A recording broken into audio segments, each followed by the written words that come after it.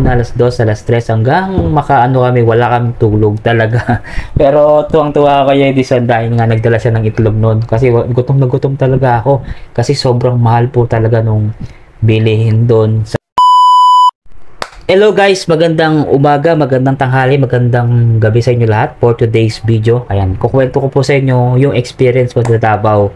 Kaya, kikwento ko sa inyo kung ano yung mga naging experience ko dito guys. Mula nung pagpunta ko doon, pumunta ako doon, ayan, nagpunta ako, excited ako. Tapos, nagsumakay from Tarlac, nagbiyaya ako ng Tarlac hanggang Quezon City.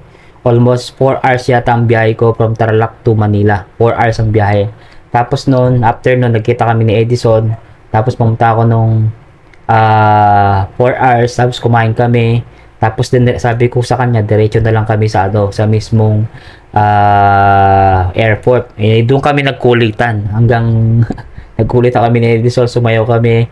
Hanggang hinintay namin hanggang alaos. Diyos ko, hinintay namin guys hanggang alauna, alas 2, alas 3 hanggang makaano kami, wala kaming tulog talaga.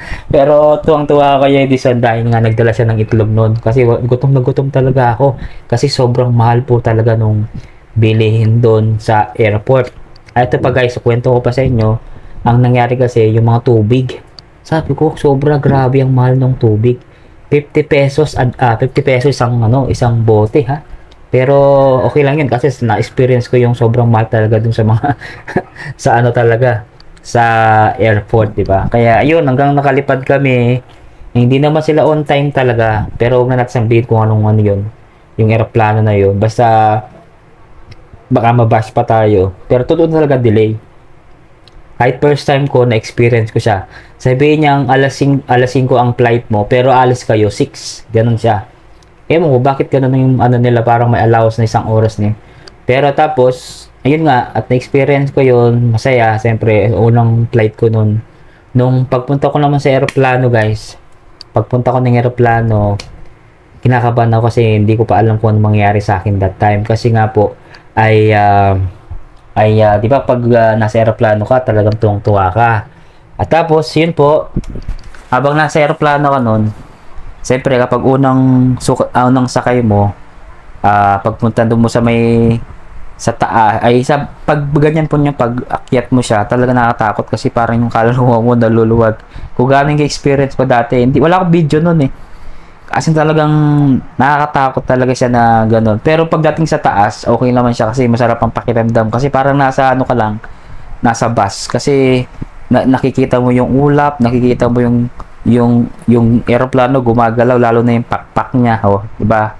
Tapos ito pa guys, akala ko libre pagkain doon sa hindi pala libre. Yun nga, mahal yung pagkain doon, sa mahal. Tapos isang kape lang, hindi ko alam, nagkakamali 50 ata yung kape nila, isang ganyan lang kaliit. Hindi ko alam yung cup noodles nila 100 pesos. Pero okay lang yun kasi di naman kami bumili. Kasi sobrang mahal. Kasi iba talaga yung presyo sa eroplano. Tapos, nung pagpunta namin sa Davao, yan, as in talagang pababa na kami noon. Tapos, nung nagpababa namin, talagang first experience ko dun sa Davao. Dali lang ha, tanggalin ko muna to. Tapos, nung na-experience ko dun sa Davao na, yun, nagkita nga na kami ni Ma'am She, ayan. Tapos, hanggang pag flight namin sa baba, sa mismong Davao, ayun, nakita namin si Ma'am Che. Akala ko si Ma'am Che, mataba. Pahit lang pala si Ma'am Che, no? Pero yun nga guys, sobrang maganda yung experience ko sa Davao. Tapos yung first day ko, okay naman. Tapos yung second day, kasi yung second day namin, nag-iba kami ng lugar. Tapos, nagpunta kami sa Kapatagan. Sobrang dami nang pinuntahan sa Kapatagan. Tapos, marami. As in sa ano ba yun? Basta Camp Sabros. Ano ba yung mga pinuntahan namin na mas maganda yung lugar? Dun sa bundok-bundok. Tapos, ano pa ba? Ano pa ba? Ayun, tapos, nagkita kami nila Mayor, yung asawa niya, ay pumunta kami sa bahay nila. Ang dami namin activities na ginawa. Siyempre, hindi namin nakakalimutan yun. Talagang sobrang dami ng mga activities namin ginawa dun sa Davao. Eto guys, wala nang edit to kasi gusto ko on the spot. Kung ano yung kukwento ko po sa inyo, totoo lang. At siyempre, Kasi first time mag-experience to. Siyempre, sa tulong ng mga sponsor, shout out Sir Frederick Campus. Ayan, shout out po sa iyo. Salamat sa pag-sponsor. At sa lahat po ng mga sponsor ko nung previous, ayan, thank you rin po sa inyo lahat. Hindi ko na kayo babanggitin at alam niyo na kung sino man kayo at makikinig kayo dito. At nais magpasalamat sa labo ng Team Zombie, siyempre. Sila yung nagpaano sa akin. Siyempre si Ma'am Ali, si Ma'am Wendy Rabacal, ayan. Si Edison, si Ma'am Malbaladeo Cheryl, siyempre yung asawa niya, si Ma'am Andrea, si Mayor Alexander Gosaba Araneta, di ba? Kaya tuwang-tuwa at marami pa ako na-meet doon ng mga followers natin at saka sila Team Pogako, di ba? Napakano yun, blessing pa rin yun kasi marami tayong nakilala doon. At tuwang-tuwa ako kasi na-recognize ako doon sa Davao kahit papaano. At thank you rin sa mga tricycle driver dyan, shout out po, at naging successful naman po yung aming charity dyan sa ano. Yun lamang guys, thank you so much at sana guys maging hindi lang itong isa na pagpunta namin sa Davao, napaka-blessing.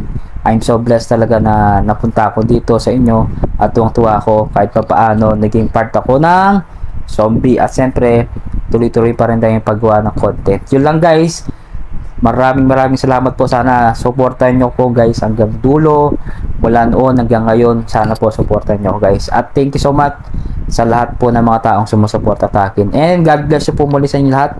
Ito po muli si Eder Laxina, kapugi ng Tarlac City, and God bless you all.